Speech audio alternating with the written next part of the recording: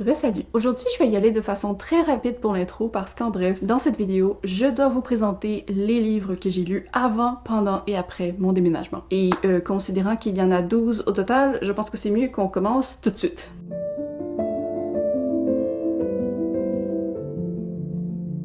Pour se répertorier parmi tous les titres de la vidéo, j'ai décidé de faire un petit menu littéraire des genres que vous pourrez retrouver. Donc aujourd'hui, je vais parler de 4 contemporains, 2 science-fiction, 2 thrillers, une romance, une urban fantasy, une fiction générale et un roman de non-fiction. Mais avant de se lancer dans les avis lecture, j'aimerais vous parler de Nextory avec qui je collabore de nouveau pour cette vidéo. Comme vous le savez sûrement, Nextory c'est une application francophone qui regroupe plusieurs types de livres, donc on a des livres audio, des livres numériques, des magazines, des journaux. Leur catalogue a plus de 350 000 titres avec plein de nouveautés et parfois ce sont des nouveautés auxquelles on n'a même pas encore accès au Québec, mais on peut les lire grâce à Nextory. En préparant mon déménagement, j'ai écouté l'incroyable nouveau livre de Clara Hérault et sérieusement, la production française, c'était incroyable. Ok, je suis méga impressionnée par l'effort qui a été mis dans l'enregistrement de ce livre. Il y a habituellement un essai de 14 jours pour toute personne qui souhaiterait tester Nextory, mais si vous utilisez le lien dans ma description, vous aurez droit à un essai gratuit de 45 jours au niveau standard. Moi, je vous encourage totalement à tester Nextory parce que ça vous coûte rien et moi perso, c'est l'application qui m'a accompagnée pendant tout l'été. Allez voir le lien dans ma description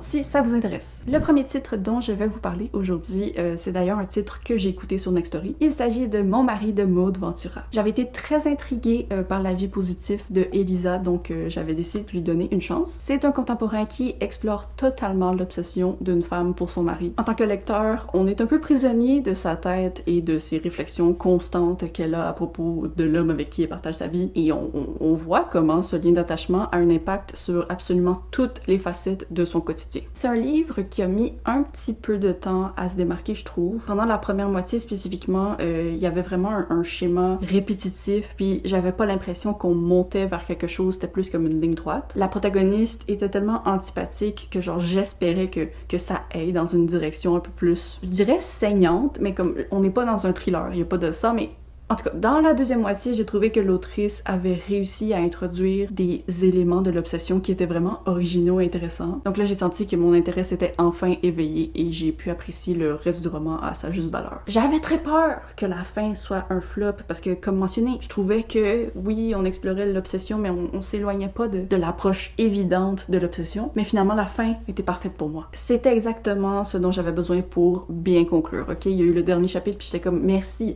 d'avoir fait quelque chose avec cette idée. Donc c'est un livre qui est adoré par certains et qui est détesté par d'autres. On dirait que de ma position, je suis capable de comprendre les deux côtés, mais moi personnellement, je penche définitivement plus du côté positif que négatif. Ma note, en fin de compte, ça a été un bon 3.5 étoiles. Ensuite, j'ai lu Les Terriens de Sayaka Murata. Et là, j'ai l'air perturbé parce que c'est un livre perturbant. Oui, ok, c'est un contemporain qui parle d'une jeune fille qui s'amuse avec son cousin à imaginer qu'ils sont des extraterrestres et qu'un jour ils devront retourner sur leur planète d'origine. Mais c'est pas du tout léger comme livre, ok? Trigger warning pour une panoplie de choses. On finit par suivre la protagoniste en tant que femme adulte qui est mariée et de l'extérieur, ça donne un peu l'impression qu'elle mène désormais une vie traditionnelle, mais pas du tout. Je peux pas vraiment vous expliquer pourquoi c'est pas traditionnel, mais disons que son mari est encore plus excentrique qu'elle. C'est un livre étrange, ok? Je savais que ça allait être étrange, mais c'était bizarre. Bizarre et dur. C'était à la fois une lecture agréable parce que l'écriture était fluide, c'était très facile à traverser. Mais d'un autre côté, c'était pas du tout très facile à traverser parce que c'était horrible. Puis les trucs qui étaient pas horribles, genre le récit, je sais pas à quel point je m'y intéressais finalement. Je pense que j'aurais pris comme le concept, mais j'y serais vraiment allée en science-fiction poussée. Donc pour moi, ça a été un 3.25 étoiles. 3.25, c'est la note que j'avais donnée à l'origine en terminant le roman, mais maintenant qu'il y a du temps qui est passé, puis que j'ai lu d'autres livres depuis, je pense que c'était plus genre un 3 étoiles. J'ai pas détesté, mais c'est pas nécessairement une lecture que je recommanderais aux personnes qui ont aimé La fille de la supérette de la même autrice. Parce que oui, on est encore sur un commentaire de la société, mais j'ai trouvé que dans La fille de la supérette, c'était plus agréable et plus accessible que dans ce livre-ci. Donc c'était toute une expérience et c'est une expérience que je vais laisser derrière moi. Le troisième livre, c'est La Société protectrice des kaiju de John Scalzi. Ça parle d'un livreur de nourriture qui se présente à la porte d'un client et finalement c'est un ancien ami. Et cet ancien ami va lui proposer un travail d'urgence qui consiste à comme protéger des animaux. Le protagoniste va accepter sans savoir que les animaux en question ne sont pas sur cette version de la planète Terre. John Scalzi, c'est un auteur que j'aime beaucoup, donc j'avais très hâte de découvrir qu'est-ce qu'il avait fait de ce concept original. Le début, pur délice, ok? J'étais emballée. En lisant les premiers chapitres, j'étais certaine là, que j'étais face à un coup de cœur puis que j'allais passer le meilleur des moments. Malheureusement, au fil des pages, je me suis rendu compte que je m'intéressais comme moyennement au principe du livre, c'est-à-dire gérer les kaiju. Ce que je préférais, c'était vraiment les moments où on voyait les échanges comiques des personnages, on sentait leur esprit d'équipe. C'était un roman super charmant au niveau juste comme humain. J'adorais vraiment suivre ces personnages-là puis j'aurais été sans difficulté partante de les suivre dans une série entière, mais la trame narrative, les actions et tout, j'étais comme, je les lisais, mais j'étais pas investie autant que je l'étais juste dans les scènes très banales où les gens faisaient juste se parler. Donc, pour la première fois dans ma vie, peut-être, j'aurais préféré que cette science-fiction soit une cozy sci-fi. D'habitude, je suis vraiment plus action que personnage, mais là, je sais pas. J'ai décidé de lui donner comme un généreux 3.5 étoiles. J'apprécie beaucoup ce qui a été fait avec le livre, mais je le recommanderais surtout à des personnes qui sont comme vraiment emballées par le résumé. Sinon, je sais pas à quel point ça va vous plaire. Laissez-moi maintenant vous parler de mon plus grand coup de cœur de l'été, qui a été Ce que je sais de toi de Éric Chacour. J'ai lu ce roman à un moment de mon été où je venais d'enchaîner genre une dizaine de déceptions, et donc le moment où mes yeux se sont posés sur ces pages, on dirait que mon âme a poussé un soupir de soulagement. C'est l'histoire d'un homme égyptien qui hérite du prestigieux cabinet de médecine de son père et qui suit un destin tout tracé pour lui. Sauf qu'éventuellement, la rencontre d'un jeune homme beaucoup moins privilégié que lui va ébranler son mariage, sa carrière et toutes ses certitudes. La plupart du roman est écrit à la deuxième personne sans qu'on sache qui était le narrateur. On goûte à une plume qui est parfaitement maîtrisé. Ok, ça là, c'est de la poésie pure qui ajoute tellement de profondeur à tout ce qui est dit, mais sans ajouter aucune lourdeur. Sérieusement, après mon défilé de déception, je commençais à me demander si j'en demandais trop des auteurs. J'arrêtais pas de lire des trucs où je sentais pas dans l'écriture que la personne qui l'avait écrit avait une réelle passion pour l'écriture, puis que c'était juste genre, moi j'ai envie de raconter une histoire, alors je vais mettre des mots sur une page, puis je m'en fous à quel point genre c'est plaisant pour le lecteur de lire. Ça c'est quelqu'un qui respecte l'art de l'écriture. Éric Chacour a réfléchi méticuleusement à chaque mot qu'il a posé sur ses pages et ça paraît. Moi, les critiques que je fais sur cette chaîne, c'est entièrement adressé aux lecteurs. Je parle aux lecteurs, je donne mon avis à des lecteurs, mais si je pouvais parler à l'auteur de ce livre, je lui dirais juste merci. Merci de montrer les choses incroyables qui peuvent être véhiculées à travers l'écriture quand on y met du soin. Le seul truc pour moi qui a empêché que ce livre soit un 5 étoiles, c'est que dans le dernier tiers du livre, on a un changement de narration et j'ai trouvé que c'était légèrement moins envoûtant que le reste. C'était pas du tout de mauvaise fin, je suis pas en train de dire qu'il y avait des problèmes avec le dernier tiers, mais les deux premiers tiers étaient tellement incroyable que pour moi, le contraste était juste comme un peu trop apparent entre les deux. Donc, je lui ai donné un très bon 4.5 étoiles et je le recommande absolument. Ok, ensuite, je vais vous parler d'un livre qui a fait naître en moi l'une des plus grandes frustrations de ma vie de lectrice et même pas pour des raisons genre habituelles. Donc, j'ai lu Le Retour des Ténèbres de Isaac Asimov et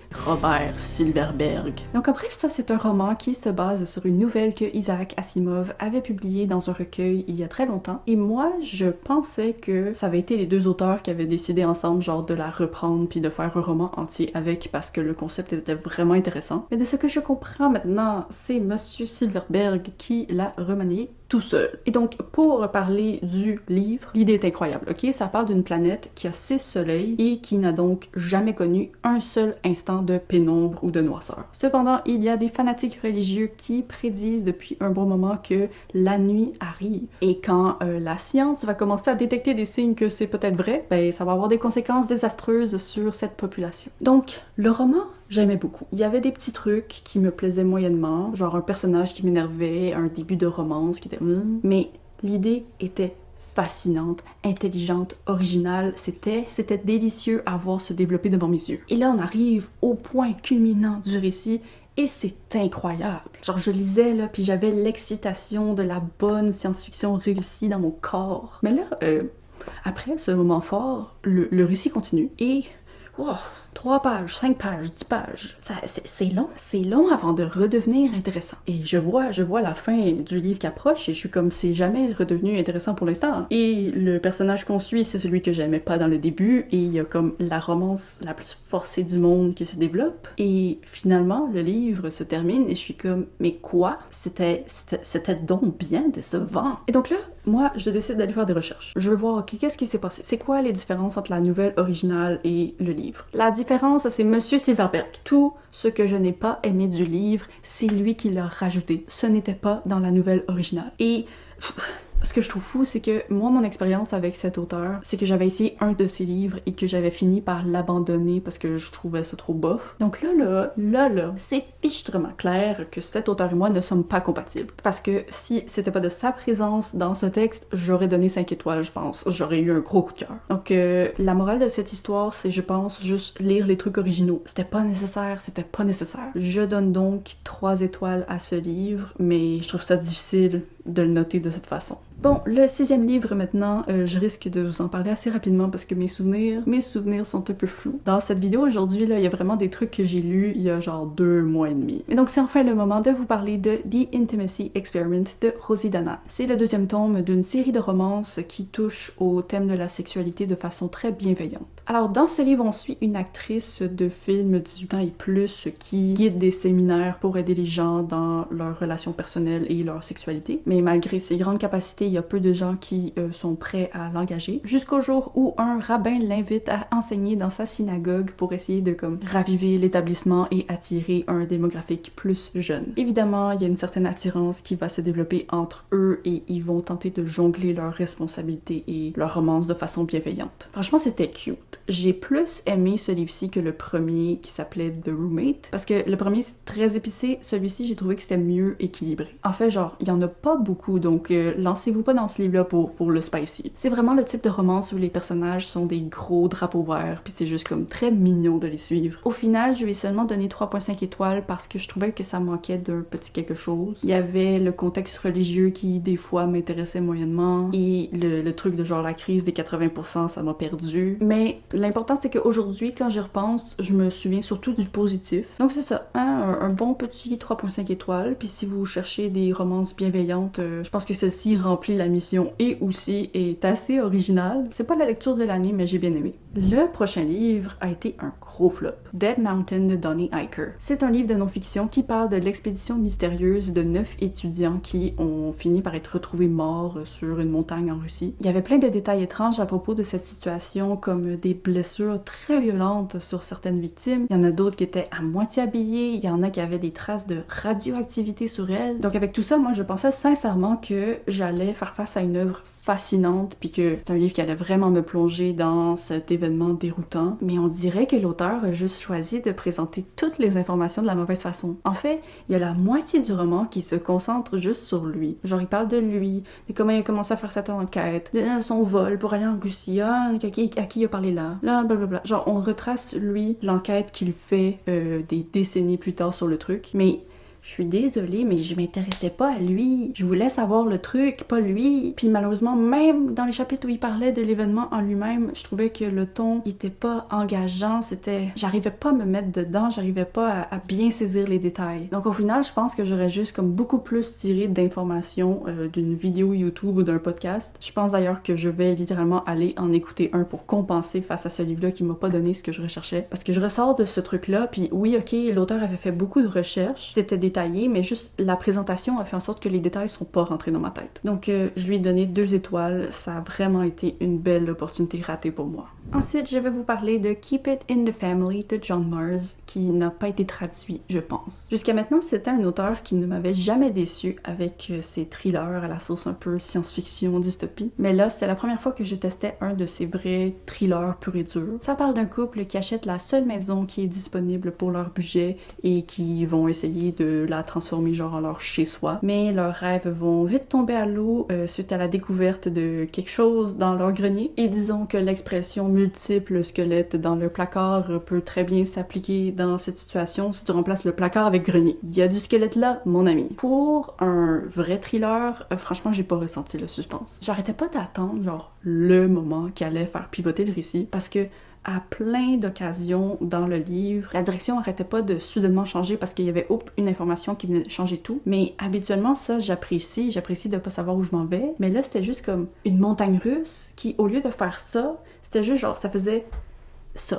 Puis moi, j'avais besoin genre qu'on avance dans une direction claire puis que le « oh, ok, là, après ça, tu me donnes ça ». Je sais pas si cette métaphore fonctionne. Mais bref, j'étais certaine qu'il allait avoir une grosse révélation qui allait venir après toutes les petites révélations qui avaient été saupoudrées au fil du récit. Mais finalement, non. Le livre est vraiment resté fidèle à son titre. On reste concentré sur cette famille. Et malheureusement, c'était pas une famille qui m'intéressait beaucoup. J'ai pas non plus été intéressée par le point de vue du personnage qui commettait les crimes. Moi, ce que j'aime faire pendant mes lectures de livres genre thriller ou horreur, c'est de me sentir coupable de comme encourager le tueur à réussir ses crimes. Mais là, cette personne-là, elle ne me divertissait pas, puis j'étais plus énervée par son point de vue qu'autre chose. Donc pour moi, ça a été un 2.5 étoiles.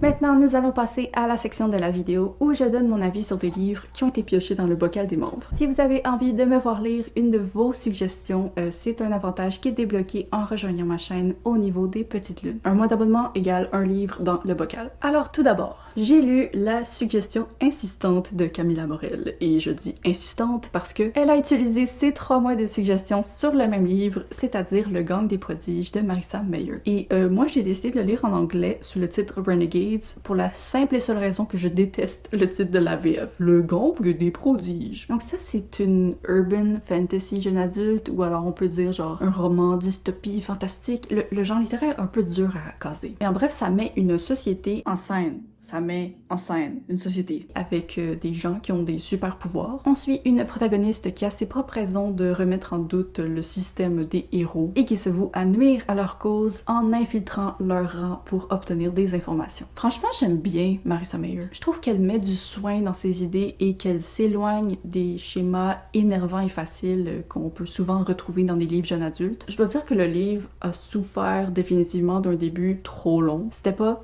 ennuyant, mais je dirais que ça a pris 200 pages pour que le récit commence réellement. Par contre, c'est le début d'une trilogie, puis je vois que l'autrice a vraiment choisi une approche progressive dans son histoire et le développement de ses personnages, et j'apprécie ça. J'apprécie ça parce que ça fait en sorte que la romance était pas du tout précipitée. Et là, on connaît bien les personnages, on connaît bien l'univers, et j'ai terminé le premier tome en ayant envie de lire la suite. Et ça, c'est pas quelque chose que je peux dire très souvent. Donc j'ai pas eu un coup de cœur pour ce livre, mais je sens que ça pourrait définitivement être possible pour un autre tome. Je lui ai donné 3.75 étoiles et je suis très contente de l'avoir aimé parce que je sais pas si Camilla m'aurait pardonné sinon. Ensuite, j'ai lu la suggestion de Anne Ménard-Guérin qui était The Corpse Queen de Heather H. Herman. Et là, ne vous fiez pas au titre anglais, c'est une version française. Ce livre, c'est le récit rafraîchissant d'une jeune fille orpheline qui va se faire héberger par sa tante et qui va découvrir qu'en fait, sa tante est à la tête d'un réseau de cadavres. Genre, c'est un marché qui échange des cadavres pour faire des pratiques de médecine. Et notre protagoniste est désormais une de ses employées qui va l'aider à transporter les cadavres. C'est une œuvre particulière parce que c'est jeune adulte, tu sais, les personnages sont jeunes, le ton de la plume est jeune, mais il y a du cadavre là-dedans, mes amis, puis les détails, ils sont là. C'est très cru, c'est très détaillé. Si vous êtes une âme sensible pour les cadavres, là, je pense que c'est peut-être trop pour vous. Moi, ça m'a pas du tout dérangé, mais j'ai trouvé ça spécial comme contraste d'avoir du contenu aussi peu gêné face au cadavre, mais en même temps, c'est comme jeune. Ce point-là, je le dis vraiment juste comme un feeling personnel, là. Je pense pas que le contenu est genre pas approprié pour des jeunes. Genre moi, à 13 ans, j'aurais survécu de lire ça. Je pense qu'on devrait tous être exposés tôt à la mort dans nos vies parce que on est juste des cadavres ambulants qui sont pas encore en train de pourrir. Et je pense que ça peut être pertinent de désensibiliser les gens face à la nature de la mort. Mais c'est ça, c'était un étrange contraste. Ce roman est atterri au bon moment dans ma vie parce que j'étais en petite panne de lecture et là, j'ai commencé ceci aussi et je l'ai lu très rapidement. C'était vraiment agréable, entraînant. J'adorais l'ambiance. Si on était au début de l'été, mais je sais pas, j'étais contente de retrouver un petit brin d'automne. Ça a pas pu être un coup de cœur pour moi parce que je trouvais que la plume avait certaines maladresses. Genre, il y avait des répétitions vraiment intenses au niveau de certains sentiments. Au début du roman, la meilleure amie de la protagoniste meurt, puis pendant tout le roman, la protagoniste fait juste constamment repenser les mêmes choses par rapport à sa meilleure amie. Mais constamment, chaque page. Même si ça n'a pas été la lecture genre la plus fluide au monde à cause de ça, je suis quand même très contente de l'avoir lu, puis j'adorerais lire une version de ce livre, mais comme adulte, puis encore plus intense et sombre. Donc je lui donne un bon 3 étoiles. Vers la fin du livre, j'étais un peu désintéressée par comme l'enquête pour un certain vilain, mais c'est ça, j'ai eu beaucoup de plaisir à lire ce truc, ça m'a sorti de ma petite panne de lecture, donc très contente, très contente. Je pense que je recommande pour un bon petit moment de lecture. Je donne tellement de 3 étoiles dans cette vidéo, je suis désolée. Mais en même temps, je vais pas changer les notes que j'ai ressenties à la fin de mes lectures, genre c'est ça. Mais ça a vraiment été l'été du 3 étoiles, c'est fou. Par la suite, j'ai lu Il est grand temps de rallumer les étoiles de Virginie Grimaldi et c'était la suggestion de Marine Noire-Falise. C'est un contemporain qui parle d'une mère monoparentale qui a du mal à subvenir aux besoins monétaires de sa famille. Elle va décider sur un coup de tête de laisser ses soucis financiers derrière elle et de prendre ses 2 filles et de partir en road trip à travers le nord de l'Europe. Je pensais que ce livre allait beaucoup me plaire parce que le thème tourne vraiment autour de la relation mère-fille, mais l'angle au final,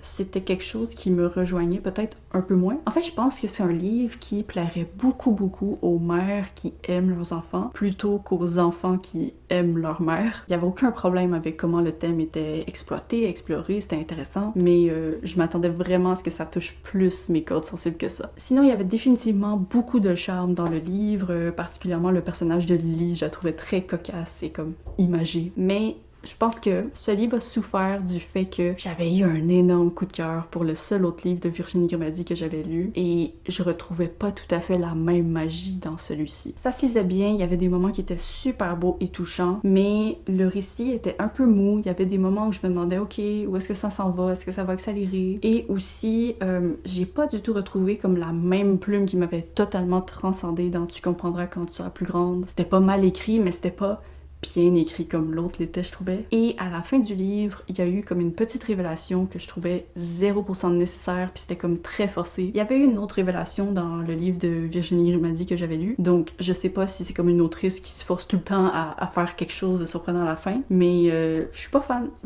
c'était pas nécessaire. Donc pour moi, ça a été une belle lecture d'été, tu sais, j'ai passé un bon moment. Je vais définitivement continuer à découvrir les autres titres de Virginie Grimaldi, mais ça, pour moi, il est grand temps de rallumer les étoiles. Je lui donne 3 étoiles. Ça va être rapide à allumer dans le ciel.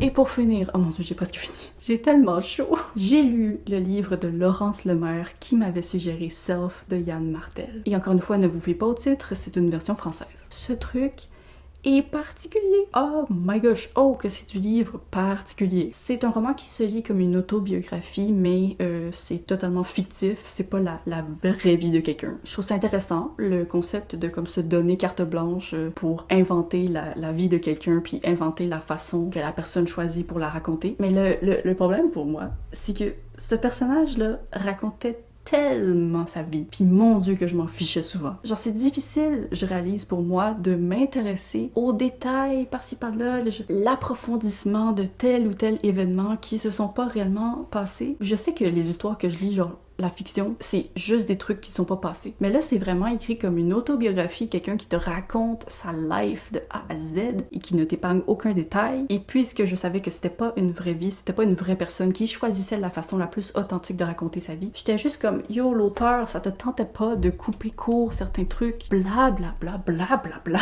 Il y avait des scènes qui étaient magnifiques, ok? Il y avait des passages qui m'hypnotisaient presque. Je trouvais que la plume, par moment, là, elle avait tellement d'âme que c'était genre frappant. Mais ça, je dirais que c'était genre 5% du roman, puis la plupart du temps, le reste était juste comme barbant. J'avais un peu l'impression d'être prisonnière d'un narrateur qui était incapable de se la fermer. Mais il y a des idées, là, vraiment audacieuses dans ce truc. Des trucs que j'ai jamais vus de toute ma vie et que je reverrai sûrement jamais. Je sais pas si ce sont des trucs que j'ai aimé lire, mais moi j'aime ça des auteurs qui osent. Et Yann Martel, il y a aucun doute là-dessus, il a osé avec ce titre. Par contre, trigger warning, énorme pour une scène d'agression vers la fin du roman. Sérieusement, je suis capable d'encaisser beaucoup de choses dans la vie, mais là j'ai trouvé ça dur, puis j'ai trouvé ça pas nécessaire, donc ça a un peu terminé le roman sur une mauvaise note pour moi. J'étais juste comme pourquoi t'as inclus ça? Pourquoi? Puis c'est un peu ma question pour tous les trucs de ce livre, genre pourquoi t'as inclus ça? Mais en même temps, je suis contente de l'avoir lu parce que j'ai découvert un style totalement déjanté, puis j'apprécie les œuvres qui réussissent à se démarquer comme ça. Donc je pense que c'est quelque chose genre que tu vas détester ou que tu vas adorer. Alors respect pour ce que l'auteur a tenté de faire, mais pour moi personnellement, l'appréciation personnelle, c'est un 2 étoiles. C'était quelque chose! Ok, nous sommes à la fin de la vidéo. Wow! J'ai fini de parler. Maintenant, c'est à votre tour de parler parce que j'aimerais savoir dans un commentaire comment ça va la lecture de votre côté ces derniers temps. Est-ce que vous êtes comme moi puis que vous n'arrivez pas à trouver beaucoup de livres qui dépassent même le 4 étoiles? Si vous notez vos lectures, j'aimerais vraiment savoir c'est quoi les notes des 5 derniers livres que vous avez lus. Voici les miennes. Ok, comme vous pouvez voir, on a du bon, mais on a vraiment du pas bon. Donc c'est ça, comment ça va? Comment ça se passe? Est-ce que je suis la seule qui traverse un moment de lecture qui est bof? Dites-moi tout dans un commentaire et n'hésitez pas à vous abonner si ce n'est pas déjà fait. On se revoit dans 2 semaines pour la prochaine vidéo. Je poste le vendredi à 10h30 pour le Québec et 16h30 pour la France. Bye bye!